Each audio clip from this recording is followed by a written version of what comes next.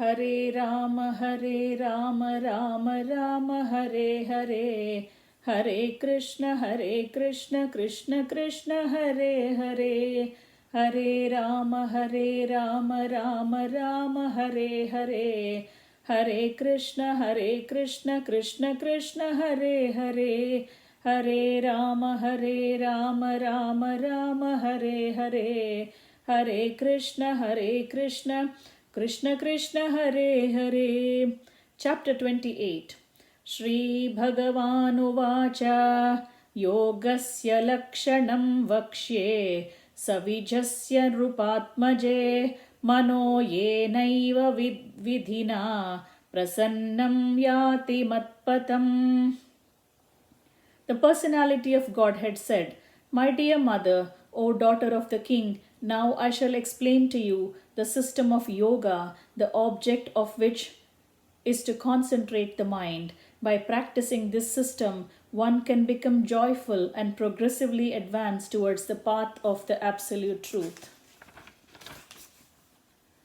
Swadharmacharanam shaktya vidharmancha nivartanam daivalabdena santosha atmavicharanarchanam. One should execute his prescribed duties to be the best of his ability and avoid performing duties not allocated to him.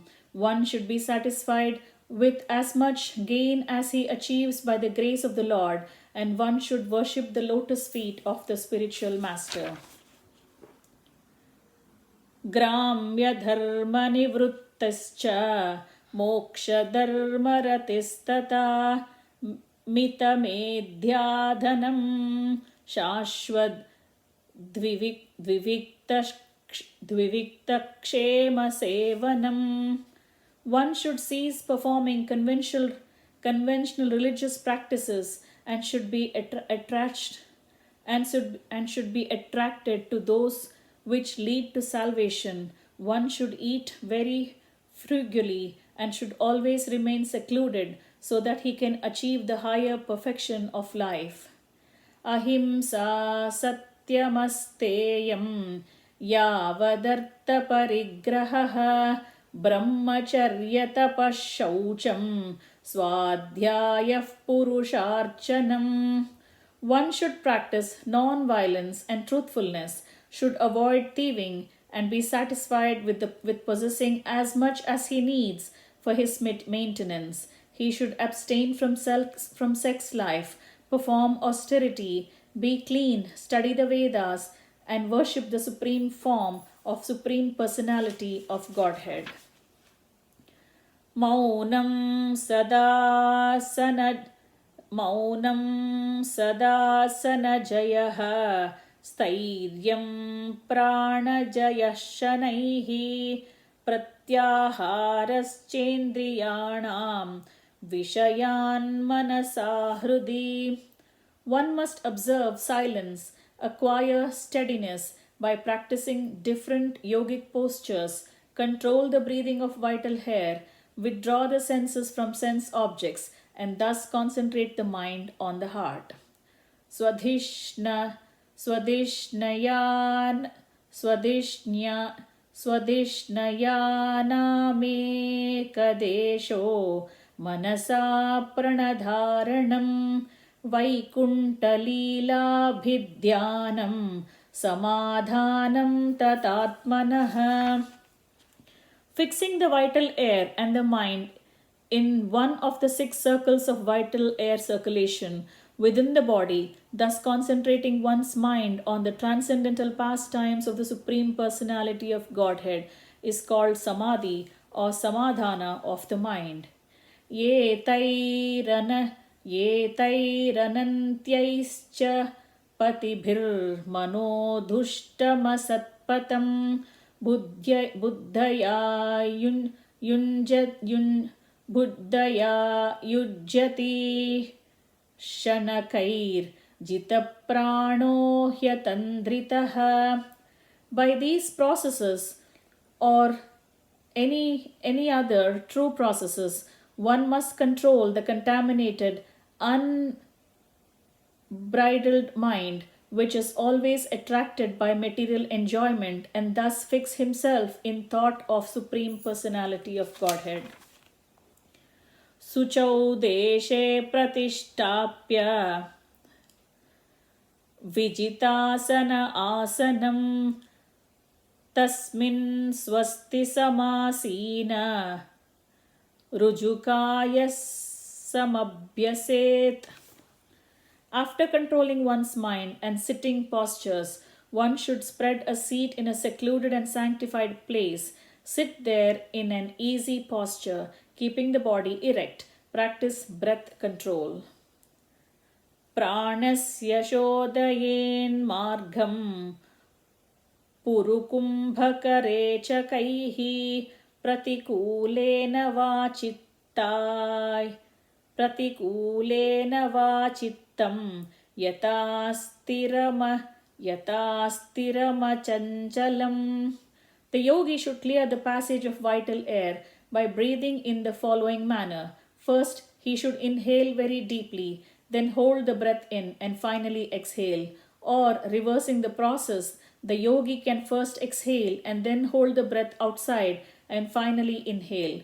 This is done so that the mind may become steady and free from external disturbances. Mano chirat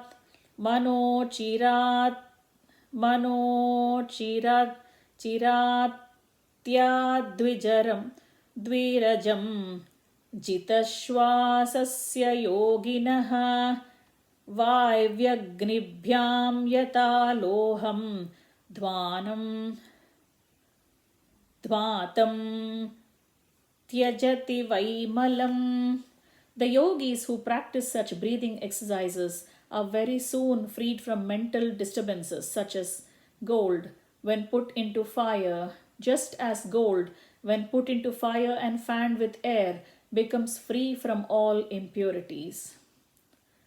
Pranayamairdahedyoshan धारणाभिश्च किल्बिषान् प्रत्याहारेण संसर्गान् ध्यानेनानीश्वरान् गुणान्. By practicing the process of pranayama, one can eradicate the contamination of his physiological condition, and by concentrating the mind, one can become free from all sinful activities. By restraining the senses, one can free himself from the material association, and by meditating on the Supreme Personality of Godhead, one can become free from the three modes of material attachment. Yada manasvayam virajam yogena susamahitam kashtam bhagavato dhyayet svanasagravalokanah. When the mind is perfectly purified by this practice of yoga, one should concentrate on the tip of the nose with half-closed eyes and see the form of the Supreme Personality of Godhead. Prasannavadanam bhojam padmagarbharunekshanam neelotpaladhalashyamam Shankachakragadhadharam. The Supreme Personality of Godhead has a cheerful, lotus-like countenance with ruddy eyes like the interior of the lotus and a swarthy body like the petals of the blue lotus. He bears a conch, discus and mace in three of his hands. Lasat pankaja kinjalka पीतकौशेयवाससं श्रीवत्सवक्षसं भ्राजत् kaustubhamuktakandharam. His loins are covered by a shining cloth, yellowish like the filaments of a lotus. On his breast he bears the mark of Srivatsa, a curl of white hair. The brilliant Kaustuba gem is suspended from his neck. Mattadvire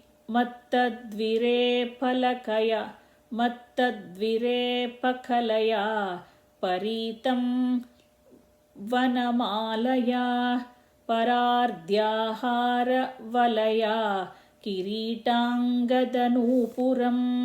He also wears around his neck a garland of attractive sylvan flowers, and a swarm of bees, intoxicated by its delicious fragrance, hums around the garland. He is further superbly adorned with a pearl necklace, a crown, and pairs of armlets, bracelets, and anklets.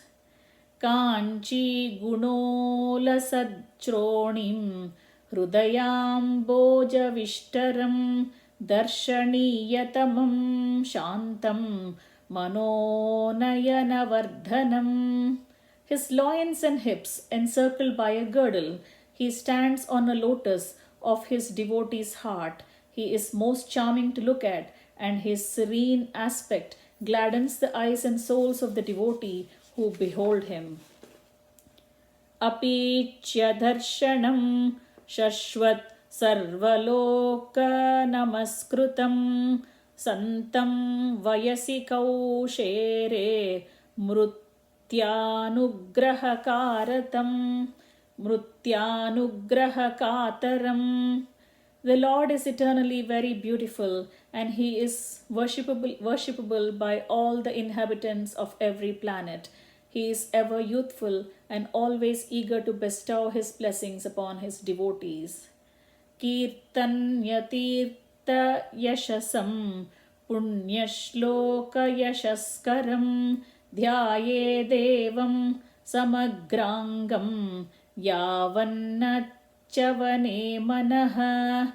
The glory of the Lord is always worth singing, for his glories enhance the glories of his devotees. One should therefore meditate upon the Supreme Personality of Godhead and upon his devotees. One should meditate on the eternal form of the Lord until the mind becomes fixed. Sthitam vrajantamasīnam shayanam va guhashayam prekshaniye hitam dhyayet chruddhabhavena chetasa. Thus, always merged in devotional service, the yogi visualizes the Lord standing, moving, lying down, or sitting within him, for the pastimes of the Supreme Lord are always beautiful and attractive. Tasmin labdapadam chittam sarvavayavasamstitam vilakshyaikatra samyujyadhange bhagavato munihi. In fixing his mind on the eternal form of the Lord, the yogi should not take a collective view of all his limbs, but should fix the mind on each individual limb of the Lord. Sanchintayed bhagavatascharanāravindam vajraṅkuṣadvajasaroruhalañcanādyam Tungarakta-vilasannaka-chakravala jyotsnabhirahata-mahadhrutayanthakaram. The devotee should first concentrate his mind on the Lord's lotus feet, which is adored with marks of thunderbolt, a gourd, a banner, and a lotus.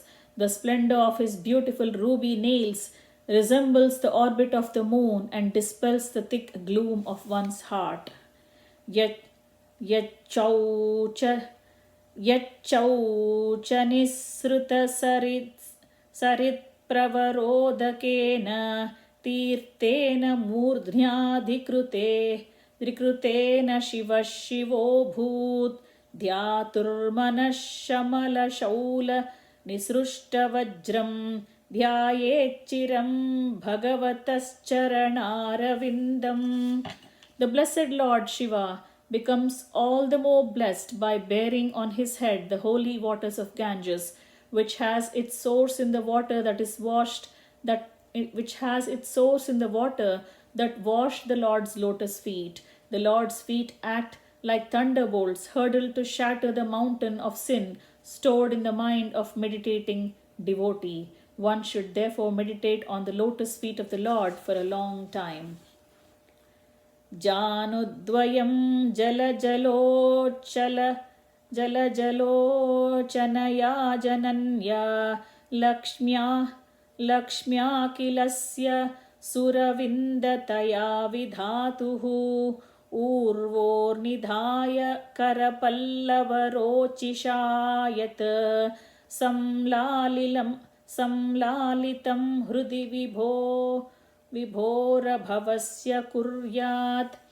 The yogi should fix in his heart the activities of Lakshmi, the goddess of fortune, who is worshipped by all demigods and is the mother of the Supreme Person, Brahma. She can always be found massaging the legs and thighs of the transcendental Lord, very carefully serving him in this way. ऊरु सुपर्णभुजयोरधिशोभमाना वोजो निधि अतसिका कुसुमावभासौ व्यालम्बिपीतवरवाससि वर्तमान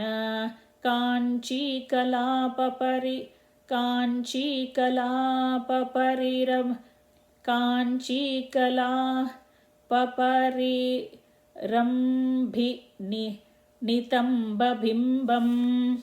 Next, the yogi should fix his mind in meditation on the personality of Godhead's thighs, the storehouse of all energy. The Lord's thighs are whitish blue, like the luster of the linseed flower, and almost most graceful when the Lord is carried on the shoulders of Garuda. Also, the yogi should contemplate his rounded hips, which are encircled by a girdle that rests on the exquisite silk cloth that extends down to his ankles.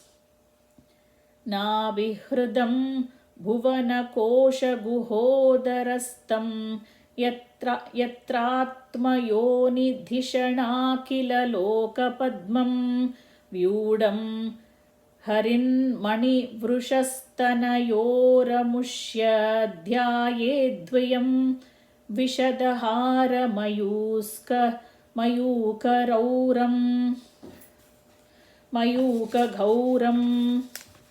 The yogi should then meditate on his moon-like navel in the center of his abdomen. From his navel, which is the foundation of the entire universe, sprung the lotus stem containing all the different planetary systems. The lotus is the residence of Brahma, the first created thing. In the same way, the yogi should concentrate his mind on the Lord's nipples, which resemble a pair of most exquisite emeralds, which appear whitish because of the rays of milk-white pearl necklaces around his chest. Vakshodivasamurushabhasya mahavibhutehe pumsam manonaya nanirviti madadhanam kantam cha kaustubhamaneradhibhushanartam kuryanmanasya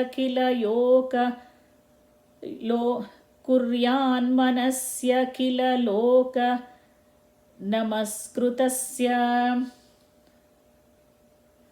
The yogi should then meditate on the chest of the Supreme Personality of Godhead, the abode of Goddess Mahalakshmi. The Lord's chest is the source of all transcendental pleasure for the mind and full satisfaction for the eyes.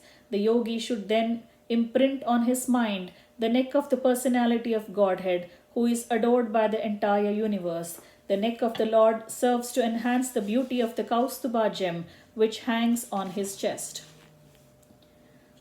Bahuscha mandara giref parivartanena nirnikta bahu valayanadilokapalan sanchintayedrishashataramasahyatejaha shankam cha tatkarasaroruha Rajahamsam. The yogi should further meditate upon the Lord's four arms, which are the source of all powers of demigods, who control the various functions of material nature. Then the yogi should concentrate on the polished ornaments which were burnished by Mount Mandara as it revolved. He should also duly contemplate the Lord's discus, the Sudarshana Chakra, which contains 1,000 spokes and dazzling lustre, as well as a conch which looks like a swan in his lotus-like palm. कौमोदकीं भगवतोदयितां स्मरेत दिग्धामरातिभटशोणितकर्धमेन मालां मधुव्रतवरूथ गिरोपघुष्टां चैत्यस्य तत्त्वममलं मणिमस्य कण्ठे. The yogi should meditate upon his club, which is named Kaumodaki and is very dear to him. The club smashes the demons, which are always inimical soldiers, and is smeared with their blood. One should also concentrate on the nice garland on the neck of the Lord, which is always surrounded by bumblebees with their nice bustling sound, and one should meditate upon the pearl necklace of the Lord's neck, which is considered to represent the pure living entities who are always engaged in his service. भृत्यानुकम्पितधियेह गृहीतमूर्तेः सञ्चिन्तयेद् भगवतो वदनारविन्दं यद्विस्फुरन्मकरकुण्डलवल्गितेन विद्योतितामलकपोलमुदारनासम्. The yogi should then meditate on the lotus-like countenance of the Lord, who presents his different forms in this world out of compassion for the anxious devotees. His nose is prominent and his crystal clear cheeks are illuminated by the oscillation of his glittering alligator-shaped earrings. Yachriniketamaliभिः परिसेव्यमानं भूत्या स्वया कुटिलकुन्तलवृन्दजुष्टं मीनद्वयाश्रय मधिक्षिपदब्जनेत्रं ध्यायेन्मनोमयमतन्द्रित उल्लसद्भ्रूः. The yogi then meditates upon the beautiful face of the Lord, who is adorned with curly hair and decorated by lotus-like eyes and dancing eyebrows. A lotus surrounded by swarming bees and a pair of swimming fish would be put to shame by his elegance. तस्यावलोकमधिकं कृतयाति घोर तापत्रयोपशमनाय विसृष्टमक्ष्णोः स्निग्धस्मितानुगुणितं विपुलप्रसादं ध्यायेच्चिरं विपुलभावनया गुहायाम्.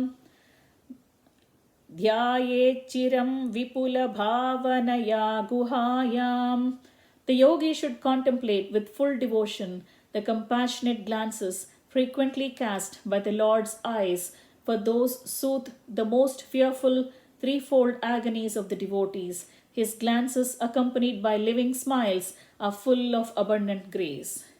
Hasam hare ravanata kila lokativra shokashrusagara विशोषणमत्युधारं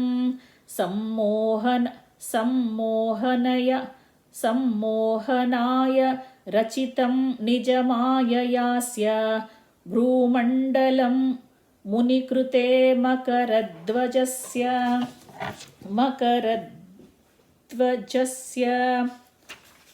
The yogi should simply meditate on the Lord's most benevolent smile of Lord Sri Hari, a smile which, for those who bow to him, dries away the ocean of tears caused by intense grief. The yogi should also meditate on the Lord's arched eyebrows, which are manifested by his internal potency in order to charm the sex god for the good of the sages. ध्यानायनं प्रहिसितं बहुलादरोष्ट भासारुणायित तनुद्विजकुन्दपङ्क्ति ध्यायेत् स्वदेह कुहरे वसीतस्य विष्णोर्भक्त्याद्रियार्पितमनान पृथग्दिधृक्षेत्. With devotion, steeped in love and affection, the yogi should meditate within the core of his heart upon the laughter of the Lord Vishnu. The laughter of Vishnu is so captivating that it can be easily meditated upon. When the Supreme Lord is laughing, one can see his small teeth, which resembles jasmine buds, rendered rosy by the splendor of his lips. Once devoting his mind to this, the yogi should no longer desire to see anything else.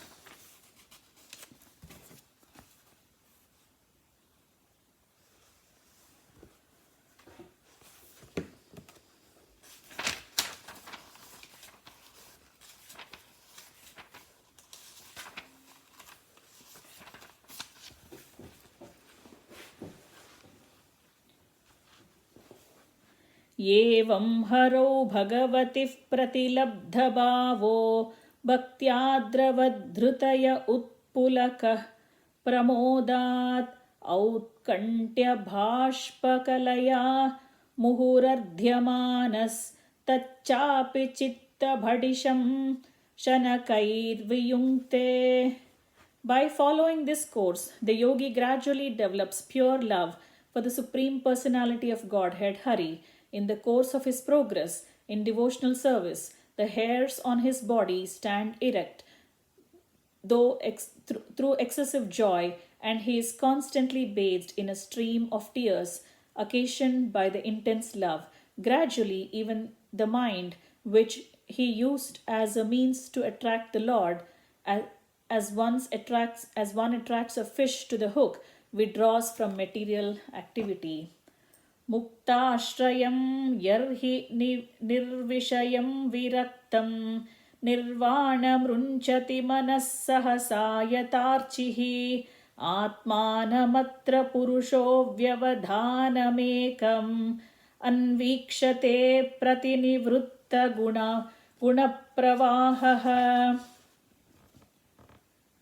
When the mind is thus completely freed from all material contamination and detached from material objectives, it is just like the flame of a lamp. At that time, the mind actually dovetailed with that of the Supreme Lord and is experienced as one of Him because it is freed from interactive flow of material qualities.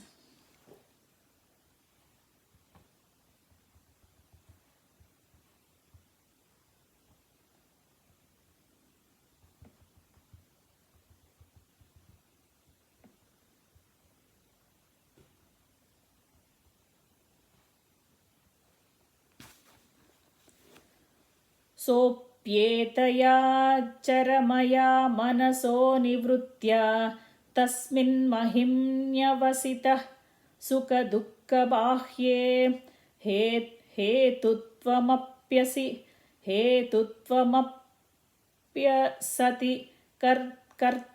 कर्तरि दुःखयोर्यत् स्वात्मन् विधत्त उपलब्धपरात्मकाष्ठः.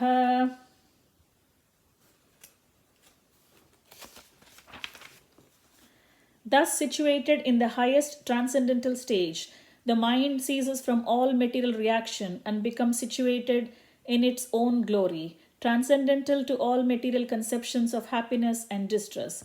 At that time, the yogi realizes the truth of relationships with the Supreme Personality of Godhead. He discovers that pleasure and pain, as well as the interactions which he attributed to his own self, are actually due to false ego, which is a product of ignorance. Deham chatam nachara stita muktitam va siddho vipashyati yatodhyagamat swarupam दैवादुपेतमतदैवमशादपेतं वासो यथा परिकृतं madiramadhandah. Because he has achieved his real identity, the perfectly realized soul has no conception of how the material body is moving or acting, just as an intoxicated person cannot understand whether or not he has clothing on his body. देहोऽपि दैव वशगः खलु कर्म यावत् स्वारम्भकं प्रतिसमीक्षत एव सासुः तं सप्रपञ्चमधिरूढ समाधियोगः स्वाप्नं पुनर्न भजते प्रतिबुद्धवत्सुः. The body of such a liberated yogi, along with the senses, is taken charge of by the Supreme Personality of Godhead and its functions until its destined activities are finished. The liberated devotee, being awake of his constitutional position and thus situated in samadhi, the highest perfectional stage of a yoga, does not accept the byproducts of the material body as its own. Thus, he considers his bodily activities to be like the activities of a body in a dream. Yata putrancha vittancha पृथग्भर्त्य प्रतीयते आप्यात्मत्वेनाभिमताद्देहादेः पुरुषस्ततः.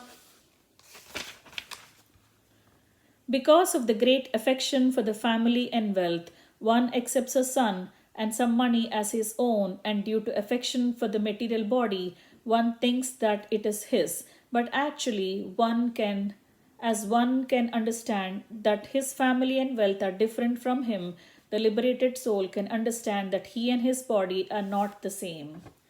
Yatodmukadvispulingaad धूमाद्वापि स्वसंभवात् आप्यात्मत्वेनाभिमत्ताद्यथाग्निः पृथगुल्मुखात्.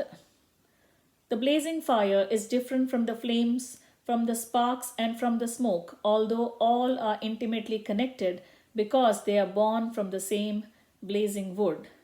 भूतेन्द्रियान्तःकरणात् प्रधानान् जीवसंज्ञितात् आत्मा तथा पृथक् द्रष्टा भगवान् ब्रह्म संज्ञितः.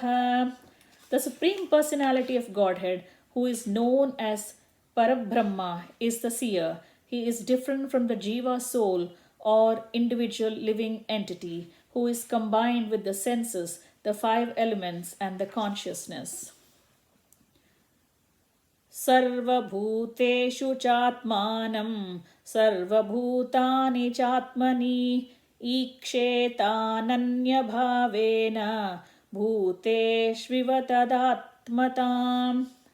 A yogi should see the same soul in all manifestations, for all that exists in a manifestation of different energies of the Supreme. In this way, the devotee should see all living entities without distinction. That is realization of the Supreme Soul. Swayonishu yata jyotir ekam nana pratiyate yoninam gunavaisham yoninam gunavaishamvyat tatatma prakrutai stitaha.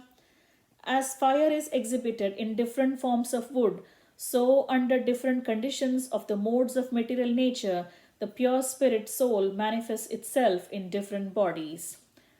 Tasmadimam swam prakrutim daivim sadasadatmikam durvibhavyam parabhavya swarupenavatishtete. Thus the yogi can be in self-realized position after conquering the insurmountable spell of Maya, who presents herself as both the cause and effect of this material manifestation and is therefore very difficult to understand. Thus ends the chapter entitled Lord Kapila's Instructions to the Execution of Devotional Service. Hare Rama, Rama Rama, Hare Hare, हरे कृष्ण कृष्ण कृष्ण हरे हरे, हरे राम राम राम हरे हरे, हरे कृष्ण कृष्ण कृष्ण हरे हरे, हरे राम राम राम हरे हरे, हरे कृष्ण कृष्ण कृष्ण हरे हरे।